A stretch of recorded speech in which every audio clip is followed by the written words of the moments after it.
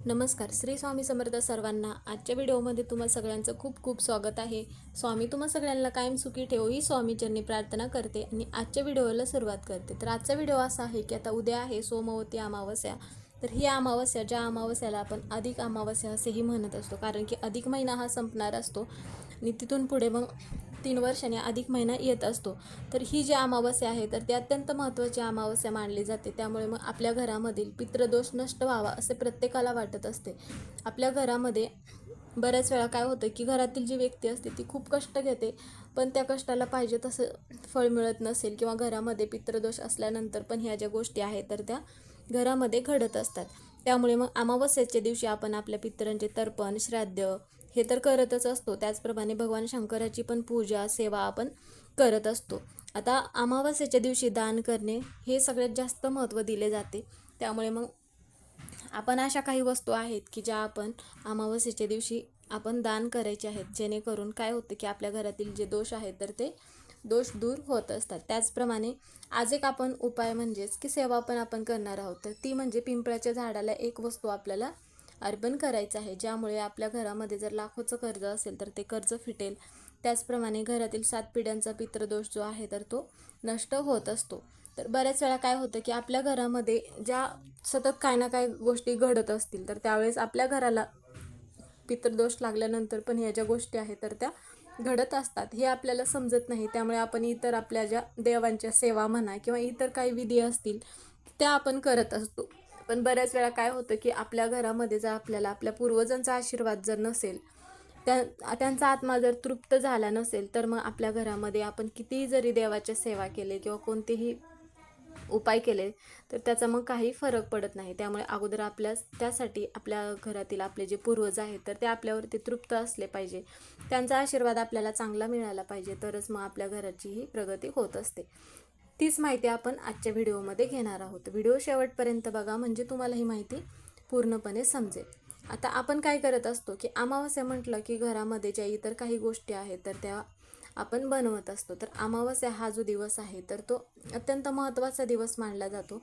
पण अमावस्या म्हटलं की बऱ्याच जणांना भीतीचा दिवस असा वाटत असतो, पण भीतीचा दिवस न मानता आपण अमावस्येच्या दिवशी असे काही पदार्थ असतात की जे आपण बनवत असतो, ज्यामुळे आपल्या घरामध्ये काही ना काही समस्या ह्या उद्भवत असतात. तर आता सगळ्यात महत्त्वाची गोष्ट म्हणजे आता तांदूळ, मीठ असेल, तर या ज्या वस्तू आहेत तर ह्या आपल्या घरात संपण्या अगोदरच आपल्याला त्या आणायच्या आहेत.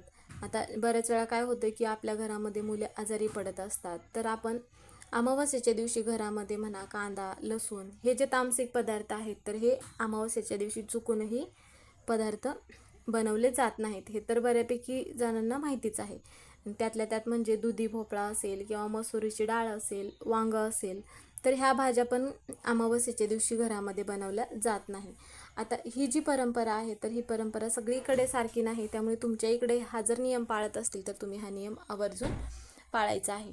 आता आपल्या घरामध्ये आपल्याला पितृदोष लागल्यानंतर घरामध्ये कोणत्या गोष्टी घडत असतात. आता बऱ्याच वेळा काय होतं की लहान मुलं जे आहेत तर ते चिडचिड करतात, हट्टीपणा करतात, किंवा मग मोठी व्यक्ती अशी असते घरामध्ये की त्या व्यक्तीला कोणत्याही कामामध्ये यश येत नसेल, सतत त्या कामामध्ये काय ना काय अडथळे निर्माण होत असतील, तर त्यावेळेस पण घरामध्ये पितृदोष असल्यानंतर पण या ज्या गोष्टी आहेत तर त्या घरामध्ये घडत असतात.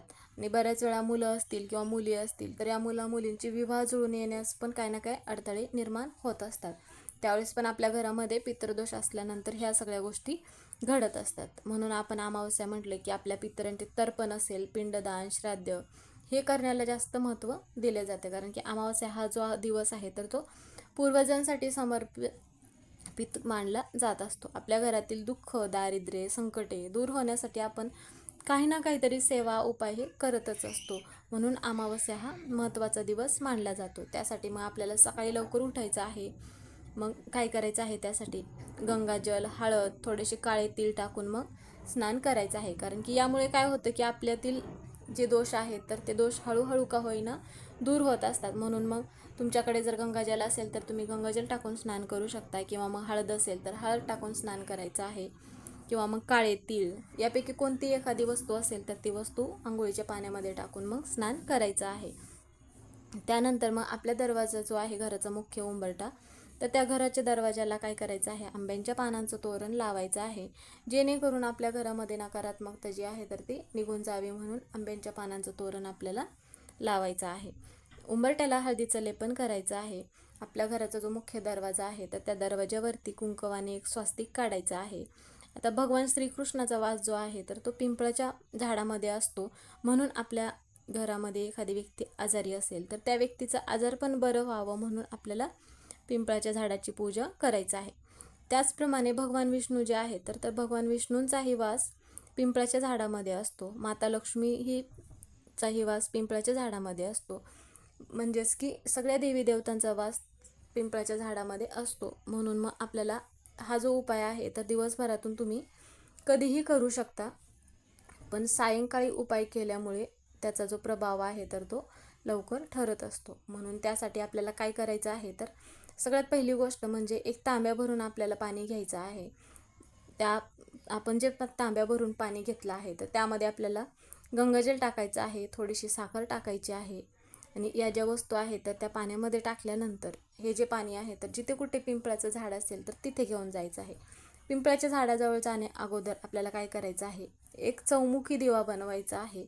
म्हणजेच की तुम्ही कणकेचा दिवा बनवू शकता, कारण की कणकेचा दिवा बनवल्यानंतर त्याचा लवकर प्रभाव पडत असतो. आता जो दिवा तुम्ही बनवणार आहात तर त्यामध्ये मीठ न टाकता आपल्याला तो दिवा बनवायचा आहे. आणि हा दिवा बनवल्यानंतर आता ज्यावेळेस मीठ न टाकता त्यामध्ये तुम्ही हळद टाकून पण हा दिवा बनवू शकता. दिव्यामध्ये आपल्याला काय करायचं आहे, दिवा बनवून झाल्यानंतर दिवा घेऊन जात असताना दिव्यामध्ये थोडेसे काळे तीळ टाकायचं आहे, कारण की काळे तीळ जे आहे तर ते पूर्वजांना अत्यंत प्रिय असतात, म्हणून त्यात थोडेसे काळे तीळ टाकायचं आहे. आणि सगळ्यात अगोदर तिथे गेल्यानंतर दिवा प्रज्वलित करायचा आहे. दिवा प्रज्वलित केल्यानंतर दिव्याची पूजा करायचं आहे. दिवा लावून घेतल्यानंतर आणि आपण जे जल घेतलं आहे म्हणजेच की तांब्या भरून जे आपण पाणी घेतलं आहे तर ते पाणी आपल्याला पिंपळाच्या झाडाला अर्पण करायचं आहे. ते पाणी अर्पण करत असताना ओम पितृदेव देवताय नमः असा मंत्र आपल्याला 11 वेळा म्हणायचा आहे. तर हा एक जो उपाय आहे तर हा उपाय जर तुम्ही केला तर तुमच्या घरातील जो पितृदोष असेल तर तो पितृदोष पण दूर होण्यासाठी मदत होत असते.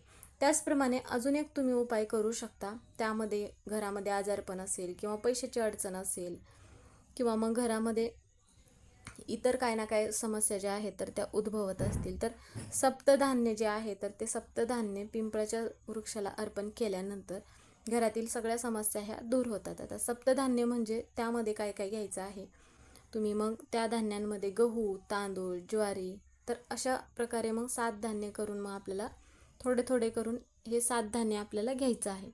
आता लहान मुलांना नजरबाधा असेल किंवा मुलांची अभ्यासात प्रगती होत नसेल तर त्यावेळेस पण तुम्ही हा उपाय करू शकता. घरातील व्यक्तीवरून काय करायचं आहे, 7 वेळा उतरवायचं आहे आणि त्यानंतर म्हणजे घरामध्ये जेवढ्या व्यक्ती आहेत त्या प्रत्येक व्यक्तीवरून 7 वेळा उतरवून घ्यायचं आहे. घराच्या बाहेर यायचं आहे आणि घरावरून मग 7 वेळा उतरवायचं आहे आणि म्हणायचं आहे की आपल्या घरातील ज्या अडचणी आहेत, संकटे आहेत तर ते दूर होऊ द्या, किंवा मग तुमची एखादी इच्छा आहे तर त्याबद्दल मग सांगायचं आहे. आणि ते जे आपण सप्तधान्य घेतलं आहे तर ते सप्तधान्य आपल्याला पिंपळाच्या झाडाला अर्पण करायचं आहे.